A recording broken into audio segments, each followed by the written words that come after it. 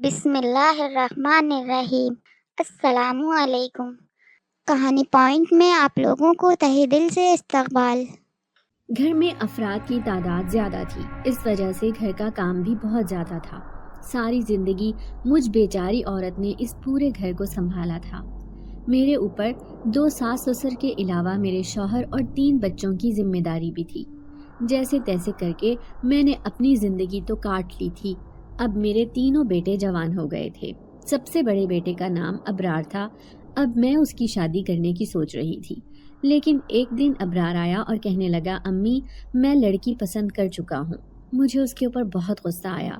بنا مجھ سے پوچھے بتائے اس نے اپنے لیے لڑکی بھی پسند کر لی۔ میں جو دل میں سوچ رہی تھی کہ میں اس کی بیوی بہت دیکھ بھال کر لاؤں گی، ایسی لڑکی لاؤں گی جو سلیقہ شعار اور گھر کا کام کاج کرنا جانتی ہو، لیکن اس نے نہ جانے کون سی لڑکی پسند کر لی تھی۔ میں دل ہی دل میں اس سے خفا ہو رہی تھی، لیکن میرے شوہر نے سمجھایا کہ یہ نئی نسل ہے، آج کل کے بچے اپنی پسند سے شادی کرنا چاہتے ہیں۔ یہی سوچ کر میں نے بھی اپنے دل کو تسلی دی اور ابرار کی پسند کی ہوئی لڑکی دیکھنے چلی گئی۔ میرے ساس سسر آج کل بیمار رہنے لگے تھے، اسی لیے میں چاہ رہی تھی کہ جلد سے جلد اپنے بڑے بیٹے کی شادی کر دوں تاکہ گھر میں ایک اور عورت کا اضافہ ہو جائے۔ گھر میں اگر ایک لڑکی آ جاتی تو میرے ساتھ کام کاج کروانے میں میری مدد کر دیتی۔ دوسرے دن میں اپنے شوہر کے ساتھ لڑکی دیکھنے چلی گئی۔ لڑکی کا نام مائرہ تھا۔ بالکل ایک چھوٹے سے گھر میں ایک ہی کمرہ تھا۔ گھر کا ماحول بھی گھٹا گھٹا سا لگ رہا تھا۔ اس کے ماں باپ تھوڑی پریشان شکل لیے میرے سامنے بیٹھے تھے۔ مائرہ نظر جھکا کر بیٹھی تھی، سفید چہرہ، سیاہ بڑی بڑی آنکھیں۔ وہ لڑکی ناپسند کرنے کے تو لائق تھی ہی نہیں، پہلی نظر میں ہی مجھے اچھی لگی۔ میں دل ہی دل میں سوچنے لگی کہ میرے بیٹے ابرار کی پسند تو بہت اچھی ہے۔ پھر میں نے اسے بہو بنانے کا عندیہ دے دیا۔ گھر آئی تو ابرار بے چینی سے میرا منتظر تھا۔ میں نے اسے کہہ دیا کہ تمہاری پسند اچھی ہے، مجھے اس لڑکی کو بہو بنانے پر کوئی اعتراض نہیں۔ وہ بہت خوش ہوا، کہنے لگا، امی مجھے آپ پر بھروسہ تھا، آپ کبھی بھی مجھے مایوس نہیں کریں گی۔ اب میں گھر کے کام کاج نمٹا رہی تھی۔ میں جو اپنا پرس ساتھ لے کر گئی تھی اٹھا کر کمرے میں رکھنے گئی، اچانک ہی اس پرس کے اندر سے ایک کاغذ زمین پر گرا تھا۔ میں حیران تھی کہ یہ کاغذ میرے پاس کہاں سے آیا۔ اسے اٹھا کر پڑھنے لگی تو اس پہ لکھی ہوئی تحریر پڑھ کر میرے رونگٹے کھڑے ہو گئے۔ مائرہ کو بہو بنانے کا سوچنا بھی مت، یہ لڑکی آسیب زدہ ہے، اگر اسے اپنے گھر میں لے آئی تو بہت برا پچھتاؤ گی۔ اس تحریر نے تو زمین آسمان ایک کر دیے تھے۔ میں اپنا دل تھامے کافی دیر تک کھڑی رہی۔ آخر میرے پرس میں یہ کاغذ رکھنے والا کون تھا؟ میں سوچنے لگی کہ اس بات کا ذکر میں ابرار سے کرتی ہوں، لیکن ہو سکتا ہے کہ کوئی ایسا مائرہ کے خاندان میں رشتہ دار ہو جو چاہتا ہو کہ مائرہ کی شادی ابرار سے نہ ہو۔ لوگ حسد میں بھی ایسی حرکتیں کرتے ہیں۔ یہی سوچ کر میں اپنے دل کو مطمئن کر چکی تھی۔ میرا نام خورشید بیگم ہے۔ میری شادی ایک بھرے پورے سسرال میں ہوئی تھی۔ میرے سسرال میں میرے شوہر کے علاوہ 3 دیور اور 2 نندے بھی تھیں۔ ساری زندگی میں نے کولہو کے بیل کی طرح گھر کا کام کیا تھا۔ خدا خدا کر کے دیور اور نندوں کی شادی ہوئی تو میرے اوپر میرے بچوں کی ذمہ داری آ گئی۔ خدا نے مجھے ایک بھی بیٹی نہ دی، صرف 3 بیٹے ہی عطا کیے تھے۔ میں اسی حسرت میں تھی کہ ایک بیٹی ہوتی تو آج کام کاج میں میرا ہاتھ بٹا دیتی، کیونکہ بڑھاپے کی حالت میں مجھے پورے گھر کا کام اکیلے نہ کرنا پڑتا۔ میرے شوہر نے 2-3 دفعہ مجھے ملازمہ بھی رکھوا کر دی، لیکن میں کیا کرتی؟ ملازمہ کے ہاتھ کا کام مجھے پسند ہی نہیں تھا۔ میں انتہائی صفائی پسند اور سلیقہ شعار عورت تھی، اس لیے یہ چاہتی تھی کہ گھر کا کام کاج میرے حساب سے ہو۔ ہر چیز میں مجھے بہت زیادہ صفائی اچھی لگتی تھی۔ سب سے بڑے بیٹے کا نام ابرار تھا۔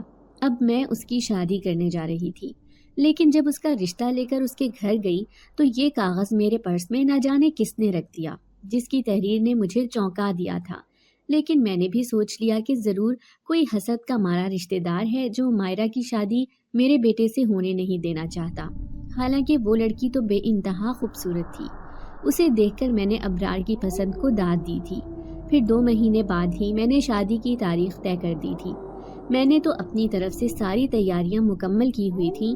بری کے خوبصورت جوڑے اور 2 تولے کا سونے کا سیٹ میں نے پہلے سے ہی تیار کر کے رکھا ہوا تھا۔ یہ سب میں اپنی بہو کو دینے والی تھی۔ گھر کا سب سے بڑا کمرہ میں نے اپنی بہو کے لیے تیار کروا دیا تھا۔ سوچنے لگی کہ وہ آئے گی تو اسے آرام کرنے کے لیے بھی ایک آرام دہ کمرے کی ضرورت ہوگی۔ ظاہر ہے میرے ساتھ گھر کا کام کاج کروائے گی تو تھک تو جائے گی، اس لیے میں اسے یہاں کسی قسم کی پریشانی نہیں دینا چاہتی تھی۔ پھر شادی والا دن بھی آ گیا۔ اب مائرہ دلہن بنی میرے گھر میں موجود تھی۔ لال جوڑے میں وہ کسی شہزادی کی طرح خوبصورت لگ رہی تھی۔ میرے بیٹے ابرار کے چہرے کی خوشی چھپائے نہیں چھپ رہی تھی، اور کیوں نہ خوش ہوتا، آخر مائرہ سے اس کی پسند کی شادی تھی۔ میں بھی اس کی خوشی میں خوش تھی۔ میرے دونوں چھوٹے بیٹے سالار اور حمزہ اپنی نئی بھابھی کو دیکھ کر بہت خوش ہو رہے تھے۔ ہمارے گھر میں دھوم دھام سے مائرہ کا استقبال کیا گیا، لیکن وہ نظریں جھکا کر بیٹھی تھی۔ ایسے لگ رہا تھا جیسے کوئی چیز اسے پریشان کر رہی ہے۔ ذرا سی بھی مسکراہٹ اس کے چہرے پر نہیں تھی، حالانکہ اسے ان سب چیزوں کو انجوائے کرنا چاہیے تھا، لیکن ایسے لگ رہا تھا جیسے اسے زبردستی وہاں بٹھایا گیا ہو۔ پھر میں نے دل میں سوچا کہ شاید اسے اپنا گھر چھوڑنے کا دکھ ہے۔ اس حالت میں لڑکی اداس تو ہو ہی جاتی ہے۔ پھر میں نے اسے کمرے میں بٹھا دیا اور کہنے لگی، تھوڑی دیر میں ابرار کو بھیجتی ہوں، کسی چیز کی ضرورت ہو تو بتا دینا۔ اس کے سر پر ہاتھ رکھتی میں کمرے سے باہر آ گئی۔ پھر ابرار کے ہاتھ میں نے اس کی منہ دکھائی کا تحفہ تھمایا اور کہنے لگی، بہو کے ساتھ اچھے طریقے سے پیش آنا۔ ابھی ابرار کو کمرے میں گئے تھوڑی ہی دیر ہوئی تھی کہ اچانک وہ چیختا ہوا کمرے سے باہر نکلا تھا۔ میں حیران تھی۔ سارے گھر والے جمع ہو گئے۔ پھر وہ مجھے کہنے لگا، امی جا کر دیکھیں مائرہ کو کیا ہوا ہے۔ میں جیسے ہی کمرے میں گئی تو میرے اوسان خطا ہو گئے۔ اس کے منہ سے تو جھاگ نکل رہے تھے۔ وہ بستر پر بے سدھ پڑی تھی، لال جوڑا پہنے دلہن بنی حالت میں۔ اس کے ہاتھ پاؤں بری طرح لرز رہے تھے۔ نہ جانے اسے ایسا کیا ہوا تھا۔ پھر ایک بڑی عمر کی رشتہ دار خاتون آئی اور مجھے کہنے لگی، لگتا ہے اس بچی کو نظر لگ گئی ہے، تم اسے دم کر کے کوئی پانی وغیرہ پلاؤ، یاسین شریف کا پانی اس پر چھڑکو، دیکھنا یہ بالکل ٹھیک ہو جائے گی۔ پھر ایک لڑکی نے مجھے یاسین شریف کا پانی پڑھ کر دیا، جس سے پی کر مائرہ کی حالت کافی بہتر ہو گئی تھی۔ مجھے بہت غصہ آ رہا تھا، ساتھ ہی ساتھ اس کاغذ کی تحریر بھی ذہن میں آ رہی تھی، جس میں صاف لفظوں میں لکھا تھا کہ یہ لڑکی آسیب زدہ ہے۔ اگر ایسی کوئی بات تھی تو مائرہ کے گھر والوں نے اس کے بارے میں کیوں نہیں بتایا؟ اور ابرار تو مجھے کہہ رہا تھا کہ یہ لڑکی میرے ساتھ آفس میں کام کرتی تھی۔ کوئی جاب کرنے والی لڑکی بھلا کیسے بیمار ہو سکتی ہے؟ پھر تھوڑی دیر میں ابرار اپنے ساتھ ڈاکٹر لے آیا تھا۔ ڈاکٹر نے اس کا چیک اپ کیا اور سب کو کہنے لگا کہ شاید شادی کی ٹینشن کی وجہ سے اس لڑکی کی ایسی حالت ہو گئی ہے۔ آپ لوگ فکر نہ کریں، صبح تک یہ بالکل ٹھیک ہو جائے گی۔ اب مجھے غصہ آ رہا تھا، میرے بیٹے کی ساری خوشیوں پر پانی پھر گیا تھا۔ میں دل ہی دل میں سوچنے لگی کہ صبح جیسے ہی مائرہ کے گھر والے آئیں گے تو میں ان سے جھگڑا کروں گی کہ آخر انہوں نے اپنی بیمار بیٹی کی شادی میرے بیٹے سے کیوں کی۔ لیکن میں انتظار کرتی ہی رہ گئی۔ مائرہ کے گھر والے نہیں آئے تھے۔ میں نے اس بات کا ذکر ابرار سے کیا تو وہ بھی پریشان ہو گیا۔ پھر تھوڑی دیر میں میرا شوہر حیران پریشان شکل لیے اندر آیا اور مجھے کہنے لگا، بہو کے گھر والے تو یہ شہر چھوڑ کر فرار ہو گئے ہیں۔ مجھے یقین نہیں آ رہا تھا کہ یہ کیا ہوا تھا۔ میں نے مائرہ سے پوچھا تو وہ خاموش بیٹھی تھی۔ ایسے لگ رہا تھا جیسے اس کے منہ میں زبان ہی نہیں، بلکہ میں تھوڑا سا اونچا بولنے لگی تو اس نے رونا شروع کر دیا تھا۔ پھر میرا شوہر ابرار سے پوچھنے لگا، تم اس لڑکی سے کب ملے تھے؟